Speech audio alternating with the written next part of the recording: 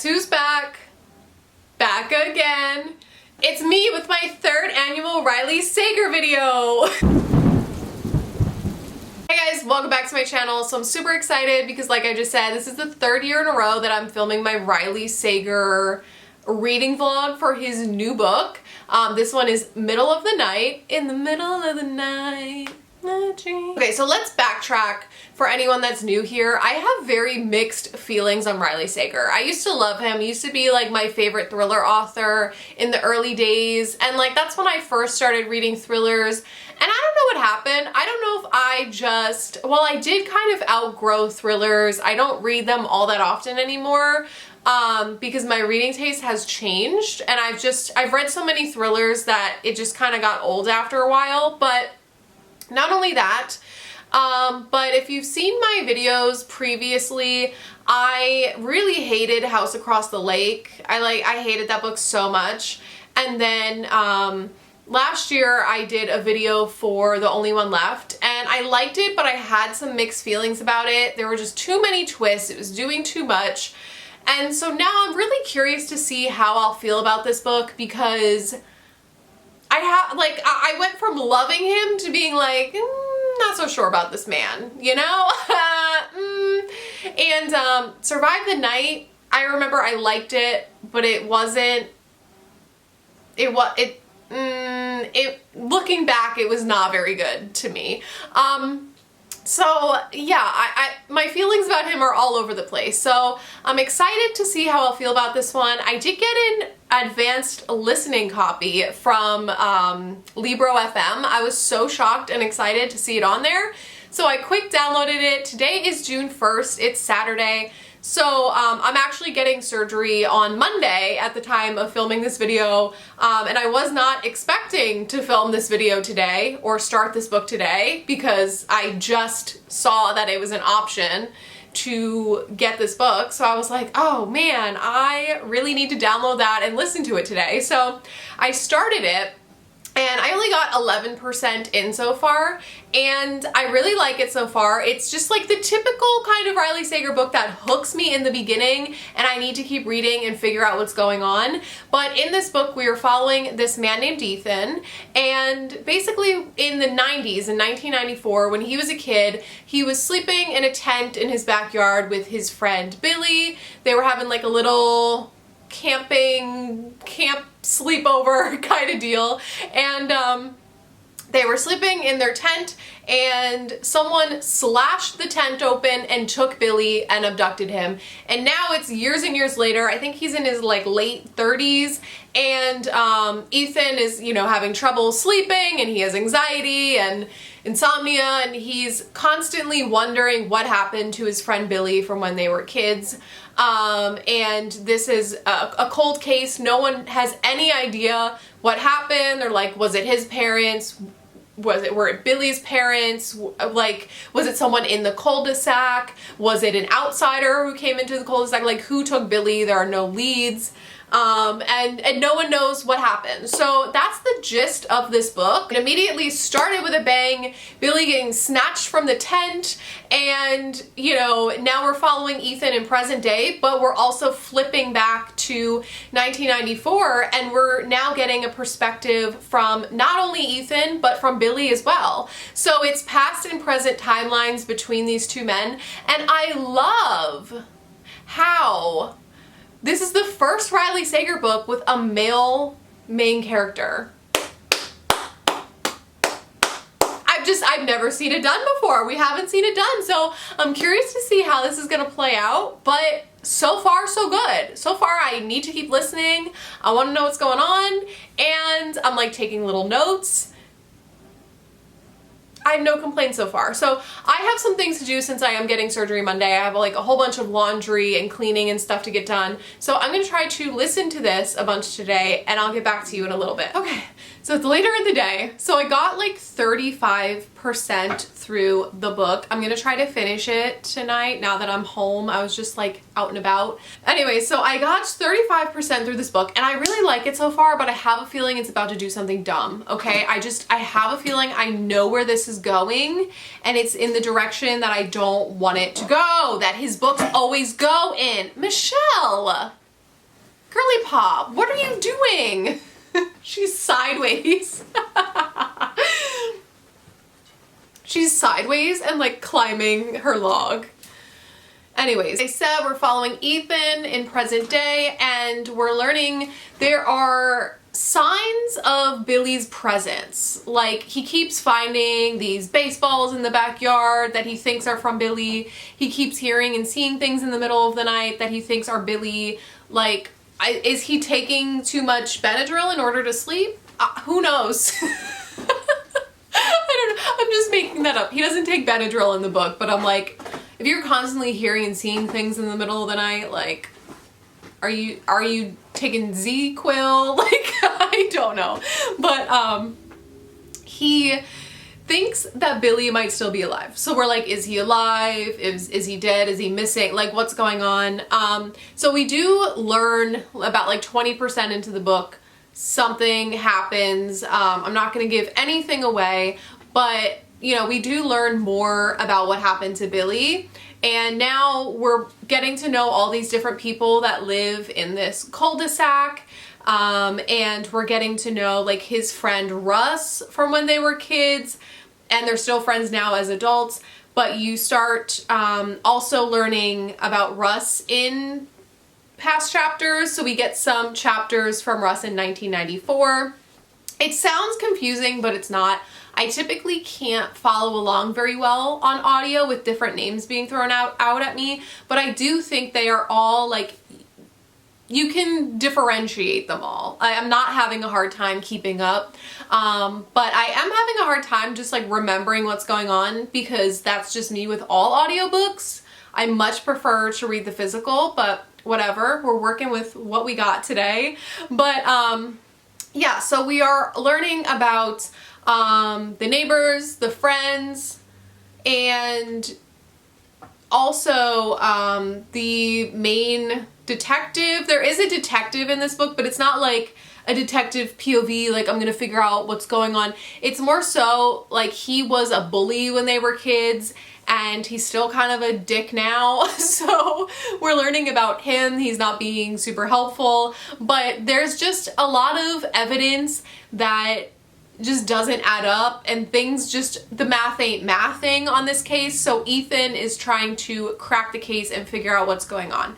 So now I'm 35% into the book, and I've really been liking it so far. I think it's been suspenseful. It's been a solid thriller, but he does keep mentioning like things about ghosts and how he like can feel the Billy's presence, and I'm like, oh no, I am scared. I'm scared. I hope this doesn't go in a direction where I hate it, but I have a bad feeling. I don't know. I'm scared, but I think I'm going to go walk on my walking pad with my AirPods in and get a little bit further before it's time for dinner. It's about 4 o'clock now, so we'll see. I think I have about 3 hours left on the audiobook if I listen at the speed that I've been listening to.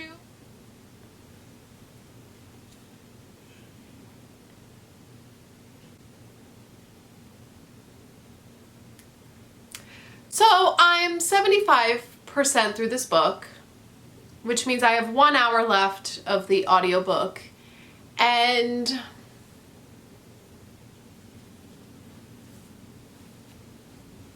I think this is the third Riley Sager video in a row that I've had this same fucking reaction at the 75% mark. Actually, this started around the 35% mark of this book, and it just keeps getting worse. So the twists started happening, of course, and they weren't what I thought. I knew like something similar was going to happen, but I wasn't spot on.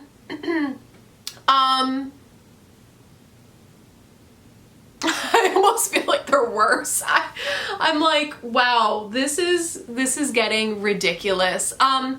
So yeah, ridiculous twist, ridiculous once we start like figuring out the puzzle pieces of what's going on. I'm like, this is just getting into like stupidity right now. Like and understand with this type of twist that's going on that it's not for me. And like usually when I know books have this element to them, I don't read them, but not all of his books do. That's why I keep reading them, because like, anyways, regardless, we keep getting these random POVs now from 1994. Like I said, you know, we have Ethan, we have Billy, then we had Russ, and I was like, okay.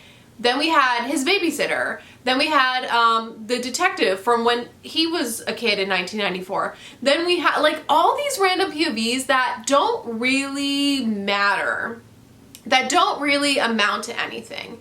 And it almost feels like it's a distraction. I almost feel like he throws some stupid twist in there and then he will like quick switch POVs or switch timelines into like just tricking your brain to just keep reading and not think about the ridiculous thing that he just said. And there are just things that don't make sense.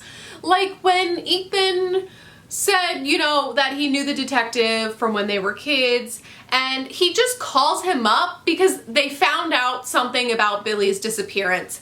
And he'll just like call the detective up and be like, what is it? And the detective just flat out tells him everything that's going on. Oh, we didn't release it to the press or like anyone yet, or tell his parents, or tell anyone, but I'm just gonna tell you everything that's going on in the case. Like, what?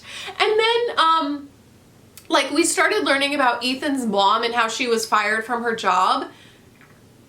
And he's just now, at the age of 40, learning about where she worked and, like, why she got fired and, like, what her job was. Like, he had no idea. And there are just things that just don't make sense. Our main character is irritating me. He just has zero personality. He's very flat. I feel like everyone in this book is just very blah. I was so excited that he finally wrote a male main character, and there is like a gay relationship in this book, which is the first time he's ever done that. And like I was like excited to read different characters and see like the progression of his writing, but it's just the same. It's like the same crap. Like instead of the dumb female character, it's like the boring man that has no personality. Oh, and the mention of middle of the night. He said middle of the night probably at least 10 times. It's really starting to drag for me now. I'm like, oh my god, these twists are just getting more and more ridiculous. Like some of them are okay, but that's the thing. I'm like listening to this book and it's something is revealed and I'm just like, okay. Like I'm not shocked. I'm not excited by what's going on. Things are just being revealed and I'm like, okay. And that's pretty much it. I don't know. And I feel like it's another one of those things where characters are acting out of character for things to move along, and things just don't fully make sense, and I don't know. Also, I hate it so much when authors put a child in their book and they're supposed to be, you know, 10 or younger, and they make them like a genius. Like there's the one woman in this book has a kid and the kid like talks like an adult. It just makes me think that like he doesn't know how to write children. I don't know. We'll see how this goes. Hopefully it has some redeeming quality to it, but like I was really invested and I'm starting to just go like this. So we'll see. I'll be back one more time to tell you my final thoughts. Okay, I'm finished. Thank God. Because I'm giving this book 1 star. This was so bad. This was so fucking bad. I don't think it's quite as bad as The House Across the Lake, but it's close. This is the second worst one for sure. This was flat out ridiculous. It did not go the direction that I was expecting it to go. Like I was like, oh my god, this is gonna be some crazy ridiculous thing. And yeah, it was ridiculous, but not in the way that I thought. But still in a really bad way. I'm actually gonna add in like 2 minutes of spoilers at the end of this video for anyone that wants to know, because you're not gonna read it. Because there's just no way for me to talk about this without spoiling it. It was just fucking ridiculous. The whole thing was ridiculous. What ended up happening, ridiculous. The ending, ridiculous. The characters, ridiculous. The plot, ridiculous. The direction that I thought it was going was just like some meaningless part to the plot. I'm not gonna say anything else. This book was so fucking stupid. Like, everything that happened in this book was dumb. Dumb, dumb, dumb, dumb, dumb. Back to back to back to back. Like, oh my gosh. So many plot holes. So many plot holes. So many things that don't make sense. So many ridiculous things happening. Characters doing crazy, saying and doing crazy things for no reason. Past chapters that had absolutely nothing to do with anything, like random POVs for no reason. It was so slow. This book is almost 400 pages long of just, half of it could have been just erased, okay? It was just meaningless, ridiculous things for no reason, and it just slowed the book down so much. Useless twists. And then what happens, oh my gosh, okay, we're gonna get into spoilers. If you want to know what I'm screaming about, just keep watching. I'll give you a couple seconds to click away if you don't want to be spoiled. If you want to read the book for some reason and then come back and yell with me, feel free. Otherwise, we're gonna go ahead and get into spoilers. Pop it up on the screen. So, Billy, we find out, is dead, okay? Like 20% into the book, 30%, whatever. He's dead, boom, okay? Ethan is convinced that he's alive because he's like, so they find Billy's body like at this institute, right? So the institute is this place where they were doing research, like no one really knows what was going on there. So Ethan starts like investigating, and here it was like a cult. And when they were kids, they went to go like investigate there because Billy was obsessed with trying to see ghosts, and he thought like that sneaking into the institute he was gonna see ghosts. So he just does like all this research throughout the book about this cult and the ghosts, and he just kept mentioning ghosts, and I was like, this is gonna go some like ridiculous supernatural stupidity, right? So that's what I was thinking. That was my prediction, and I was like, I really don't like where this is going. So turns out his mom, Ethan's mom, worked there and got fired from there. Okay, so she saw her boss and everyone like participating in this culty ritual, and so he fired her. And Ethan had no idea where his mom worked, why she got fired. He knew nothing about her job, blah, blah, blah. And I'm like, how did you not know anything until now when you're 40 and like looking into things? But anyways, Ethan is like hearing and seeing things in the middle of the night. So he automatically assumes that it's Billy's ghost, or that Billy is still alive. He's like, no, Billy is still alive because there are baseballs in the backyard, which means that my dead friend is alive, or it's his ghost. What? Bitch, what? And then, it turns out he's like calling and texting his ex-wife all the time, and she's not answering because she's dead. So he's like, oh yeah, by the way, forgot to tell you all that my wife is dead. That's why she doesn't answer me. I'm like, what is wrong with Ethan? Like, is he okay? Is this man okay? So he's obsessed with the idea that Billy is still around.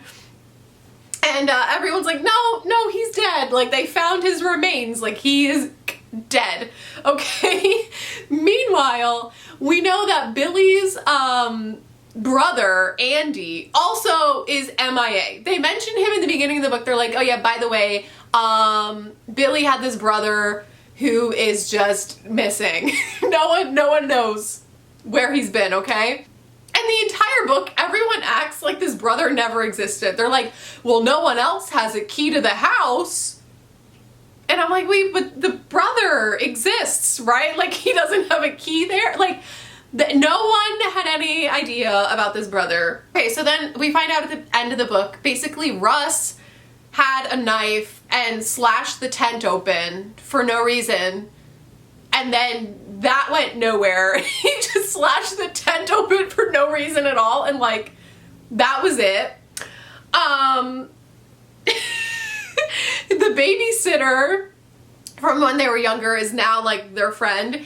And she ended up hitting him. So Billy, I don't know, went for a walk in the woods barefoot for a mile. That definitely didn't hurt. And then the babysitter ran him over with her car and she thought that it was a deer. And she's like, oh, well, no one asked any questions or anything, so I just hid it this entire time. I hid this secret from everyone and it was me. I killed him. And she confesses this for absolutely no reason at all.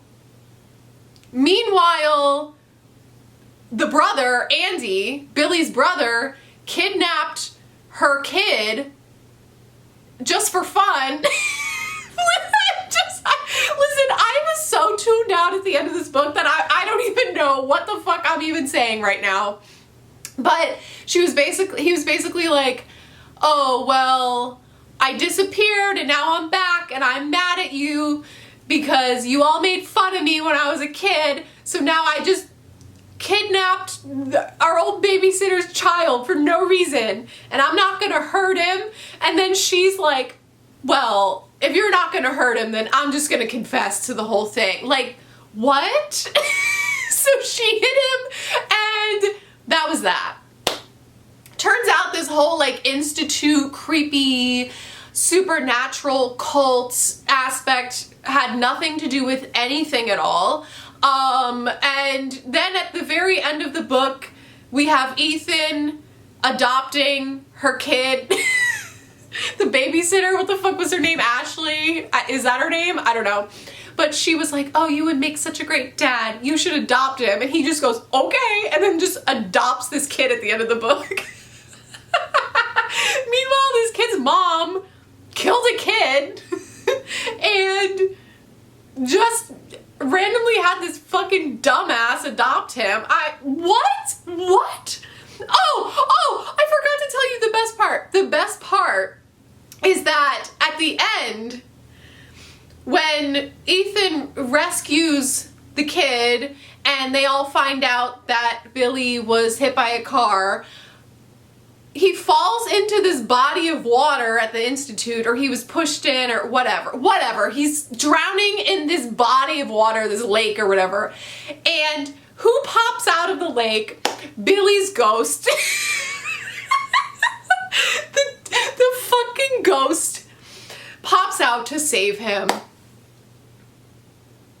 So this entire book, Ethan's like, oh, well, ghosts always stay on this earth for a purpose because they can't get to heaven or whatever. And you're telling me that Billy's entire purpose of staying on earth was to just hide in the lake expecting you to drown to save you? Like, that was his life purpose of staying on earth. And now I guess he can go to heaven or whatever. What the fuck? Riley Sager, we are broken up. We're done. We are never, ever, ever getting back together.